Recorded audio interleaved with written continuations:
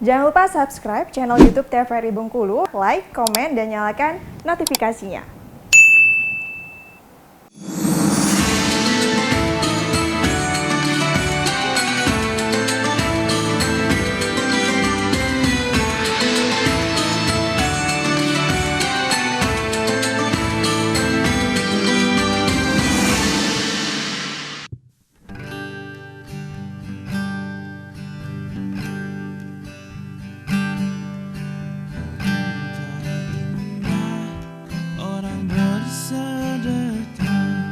Dekat dengan Allah, dekat dengan surga, takkan berkurang harta yang sedekah, akan bertambah, akan bertambah.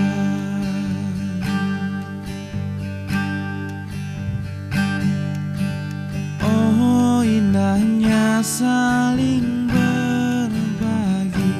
saling memberi karena Allah. Oh, indahnya saling menjaga, saling mengasihi karena Allah.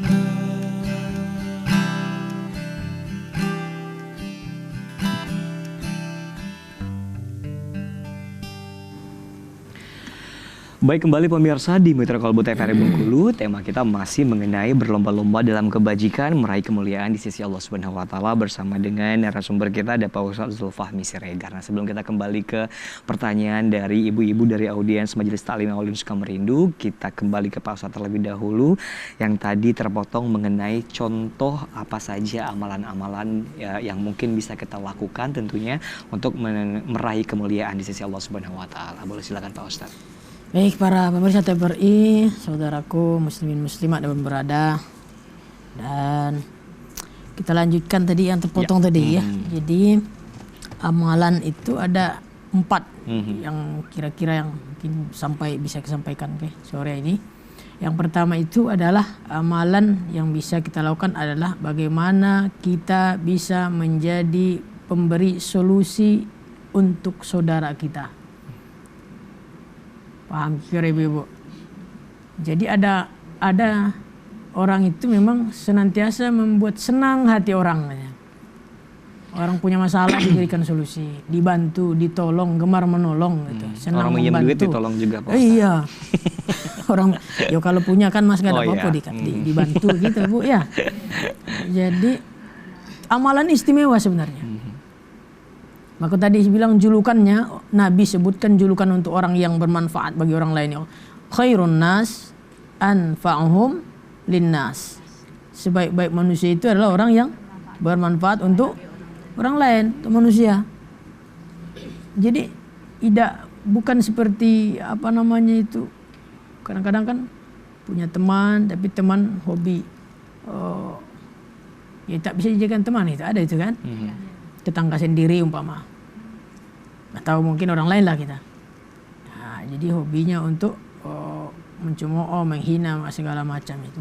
Jangankan menolong, membantu, memberikan solusi dari setiap permasalahan saudaranya seiman. Nah, bahkan menjadi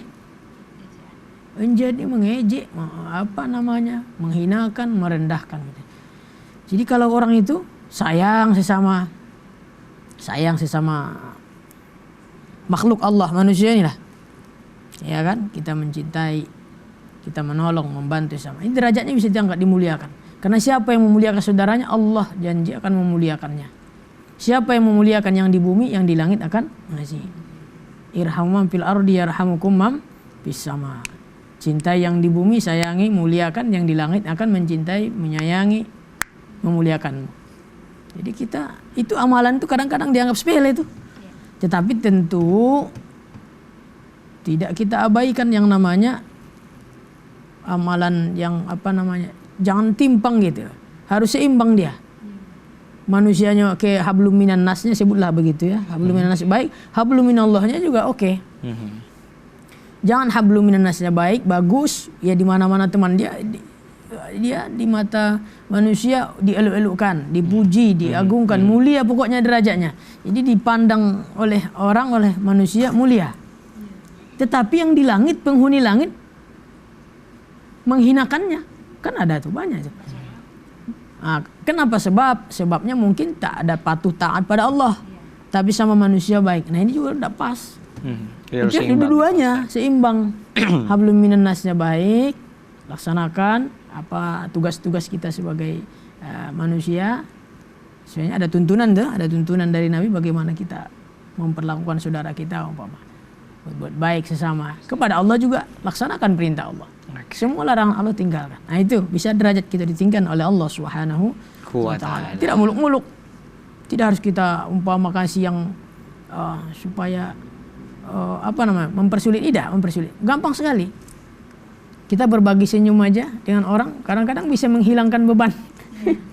Coba ibu ketemu dengan tetangga yang punya frustasi, pusing, mikirin apa segala macam. Ketemu dengan ibu, bu senyum gitu. Dia senyum juga itu bu.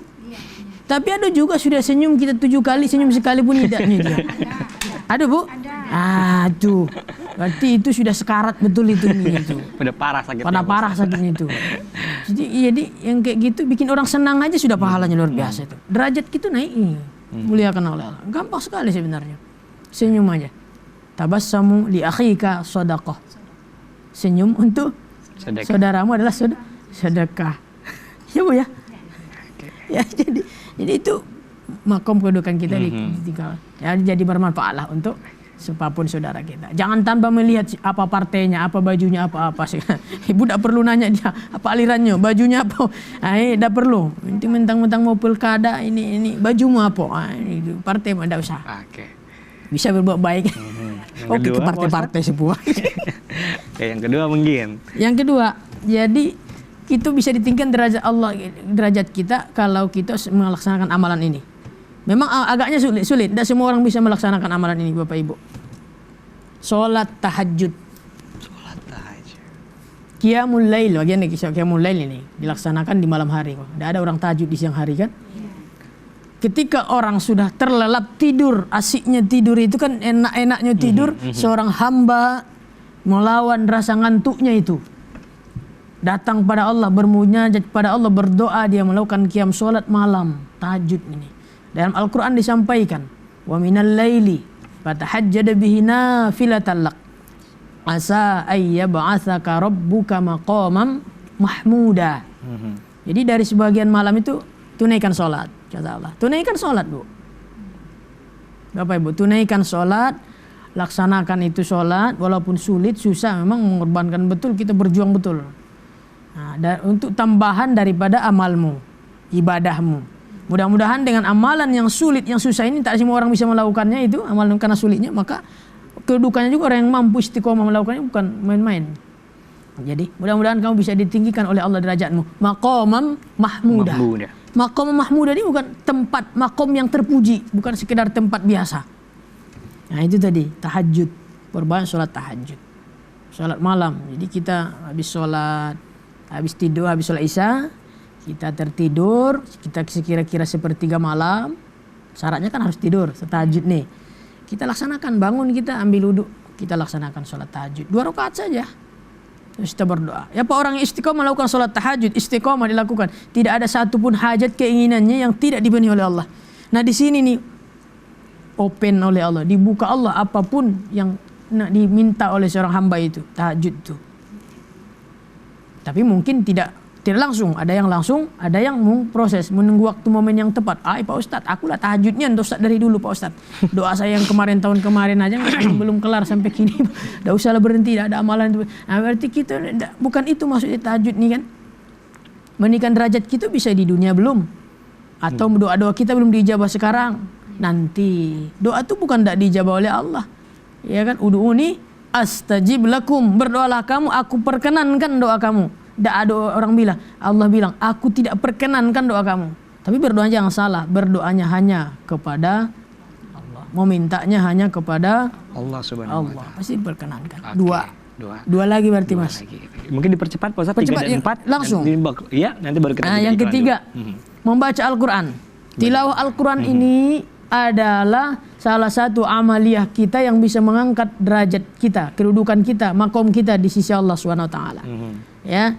Nah, jadi man qara al-Qur'ana wa huwa yatata'atu falahu ajrani. Siapa yang membaca Al-Qur'an dalam kesulitan, kesusahan, belum bisa membedakan umpama mana lajjatul arabiyahnya, mana tajwid yang benar, tetapi dia ikhlas membaca Al-Quran, berpayah-payah dia membacanya, falahu ajrani, masih dapat 2 kebaikan, 1 hurufnya. Wa man qara al-Qur'ana wa huwa mahir. Siapa yang baca Al-Quran mahir, lajjahnya betul, faswah betul, tajwidnya betul, ma'as-safarul kiramim bararah. Orang yang seperti ini senantiasa bersama malaikat-malaikat Allah yang mulia setiap waktunya. Maka amalannya istimewa betul Al-Quran ini. Jangan kita sepelekan. Ini beda dengan skripsi, jurnal, tesis, disertasi. Itu buatan manusia. Belum tentu ada nilainya itu. Walaupun hebat orang buatnya itu. Baik Pak Ustadz, sebelum kita lanjutkan, satu lagi kita jeda iklan dulu ya. Boleh. Baik Pak Ustadz, di rumah Terakhir, Kak. kita akan jeda kembali iklan untuk sore hari ini. Tetap bersama kami di Mitra Kolbu TVRI Bengkulu.